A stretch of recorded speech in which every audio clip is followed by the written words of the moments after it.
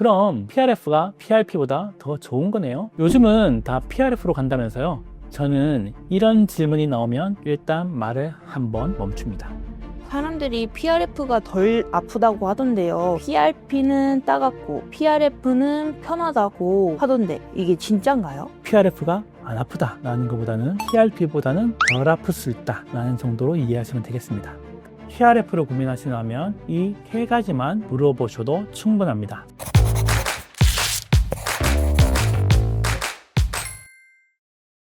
PRP 맞고 나서 원장님 저는 왜 이렇게 타는 듯이 따가웠죠? 이렇게 물어보시는 분들 적지 않습니다. 반대로 비슷한 목적의 시술을 했는데도 이번에는 생각보다 덜 불편했어요 라고 말하는 분들도 있고요. 똑같이 내 피로 만든 치료라고 들었는데 이 체감 차이는 어디에서 생길까요? 오늘은 이 질문을 누구나 아는 PRP 설명 말고 진료실에서 제가 실제로 판단할 때 어떤 기준으로 보느냐 중심으로 이야기해 보려고 합니다.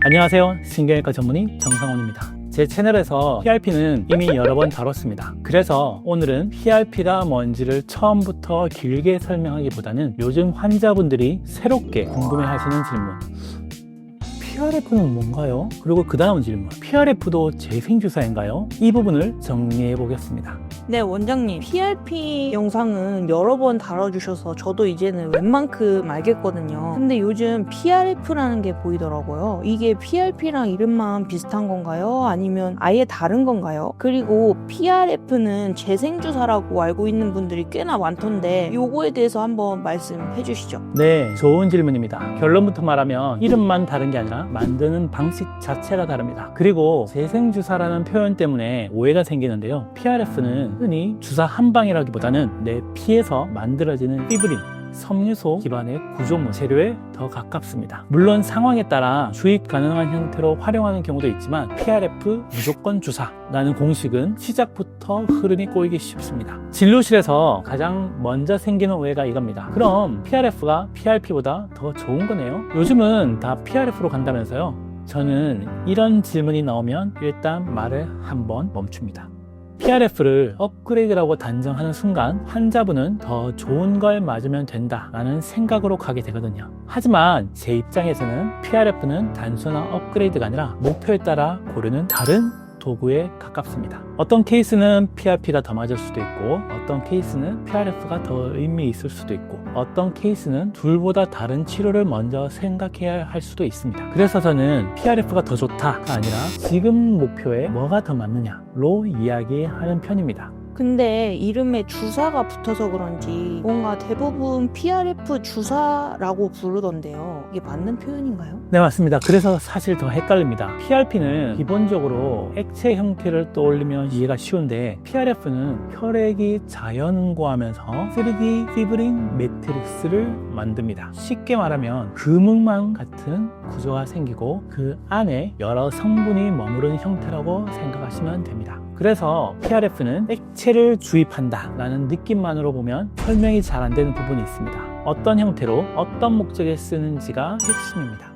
자, 이제 오늘 영상의 핵심으로 들어가겠습니다. 환자분들이 가장 기억이 하는 건 솔직히 원리가 아니라 맞을 때의 느낌이거든요. 사람들이 PRF가 덜 아프다고 하던데요. PRP는 따갑고 PRF는 편하다고 하던데 이게 진짠가요? 여기서도 단정은 조심해야 합니다. 통증은 어느 부위에 맞느냐, 그리고 압력은 어느 정도냐, 방법은 어떻냐, 그리고 염증 상태는 어떠냐, 그리고 개인 민감도에 따라 정말 다릅니다. 그런데도 체감 차이를 이야기하는 이유는 PRP와 PRF가 만드는 과정에서 중요한 차이가 하나 있기 때문입니다. 바로 항응고제입니다. PRP는 세혈한 혈액이 굳지 않게 하기 위해서 항응고제를 쓰는 방식이 흔합니다. 그리고 그 항응고제 중에는 상대적으로 산성 성분을 갖는 것들이 있습니다. 그래서 어떤 분들은 PRP를 맞을 때 타는 느낌, 따가움을 더 강하게 표현하기도 합니다. 이걸 비유로 말하면 상처에 물이 닿을 때랑 레몬즙이 닿을 때 느낌이 다르지 않습니까? 저는 PRP의 불편감이 항상 그 한 가지 때문이라고 말하고 싶지만 않지만 산도, 그 산성 같은 요소가 불편감에 영향을 줄 수 있다는 점은 진료실에서 설명할 때 꽤 도움이 됩니다. 반대로 PRF는 항응고제를 넣지 않는 방식이기 때문에 그 지점에서 체감이 약간 다르게 느낄 수는 있습니다. 다만 다시 한번 말씀드리지만 그래서 PRF는 무조건 안 아프다 이건 아닙니다. 이제 환자분들께서 덜 불편하다고 느끼는 분들이 있다 이 정도로 설명하는 편입니다.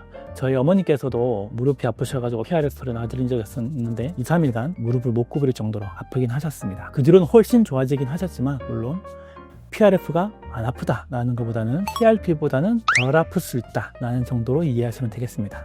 그럼 원장님이 말씀하신 전처리 과정에서 성분이 소실된다는 건가요? PRF가 더 잘 남는다, 더 오래 간다 이런 말들이 있던데요. 여기서도 표현을 조금 더 정확하게 잡는 게 중요합니다. 아까 말씀드렸듯이 PRF는 피브린 매트릭스라는 구조가 생기고 그 구조 안에 성분들이 머무를 수 있습니다. 그래서 성장인자 같은 요소가 좀 더 완만하게 그리고 지속적으로 방출될 수 있다는 방식으로 설명되곤 합니다. 피부 시술로 따지자면 필러 같은 거, 필러를 맞으면 거기에 성분이 들어가서 지속적으로 방출이 되는 거라고 우리가 설명을 듣지 않습니까? 마찬가지로 피브린 매트릭스 안에서 성분이 이렇게 서서히 방출될 수 있다라는 겁니다. 반대로 PRP는 항응고제로 인해서 굳지 않게 만든 물질이기 때문에 액체 형태입니다. 초기 형태가 더 빠르게 느껴질 수 있습니다. 결국 중요한 건 어느 쪽이 무조건 탁월하다가 아니라 내 상태에서 빠른 반응이 중요한지 아니면 완만한 지속 가능한 형태가 더 중요한지 이 방향을 먼저 정하는 겁니다.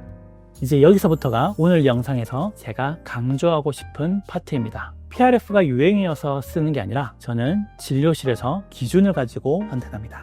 원장님은 실제로 PRF를 어떤 분들께 먼저 고려하세요? 저는 딱 3가지를 먼저 봅니다. 첫 번째, 환자분의 목표가 뭔지, 통증을 빨리 낮추는 게 우선인지, 회복의 흐름을 만드는 게 목표인지. 두 번째, 통증의 민감도와 과거의 경험. 예전에 PRP를 포함한 주사를 맞았을 때 따가움이 너무 강한 분들은 그 경험 자체가 치료 선택에 영향을 줍니다. 셋째, 변수입니다. 복용력, 특히 항응고제, 항혈소판제 같은 것들을 복용하시는 분들, 그리고 염증 상태, 전반적인 컨디션 같은 것들입니다. 이 3가지를 보고 PRF가 무조건 더 좋다가 아니라 PRF가 더 맞을 수 있겠다라고 판단되면 그때 PRF를 검토합니다. 반대로 지금은 PRF보다 다른 치료가 먼저인 경우도 분명히 있습니다. 그럼 PRF는 많이 오래 하면 다 좋은가요? 여기까지 들으시면 이런 오해가 생길 수 있습니다. 그럼 PRF는 오래가니까 PRF만 하면 되나요? 그럼 이제 PRP는 이제 의미가 없나요? 저는 그렇게 보지는 않습니다.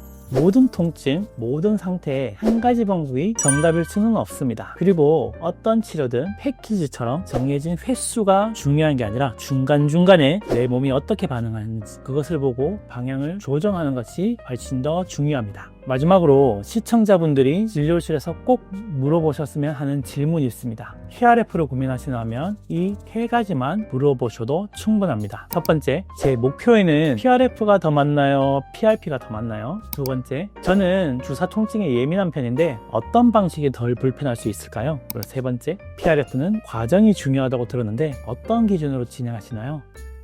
오늘 영상은 PRF를 홍보하려는 목적이 아니라 오해를 정리하고 선택 기준을 알려드리는 영상입니다. 혼자서 뭐가 더 좋대? 라는 말만 듣고 결정하기보다는 내 상태를 객관적으로 정리하고 나에게 맞는 방향을 찾는 과정이 더 중요합니다. 오늘 이야기가 PRF를 고민하고 계신 분들께 조금이나마 현실적인 기준이 되었으면 좋겠습니다. 주변에 비슷한 고민이 있으신 분이 있다면 가볍게 공유해 주셔도 좋고요. 도움이 되셨다면 좋아요. 앞으로 통증과 관련된 혈신적인 이야기들을 받아보고 싶으시다면 구독과 알림 설정도 부탁드립니다. 지금까지 통증은 원탑 정상훈이었습니다. 시청해 주셔서 감사합니다.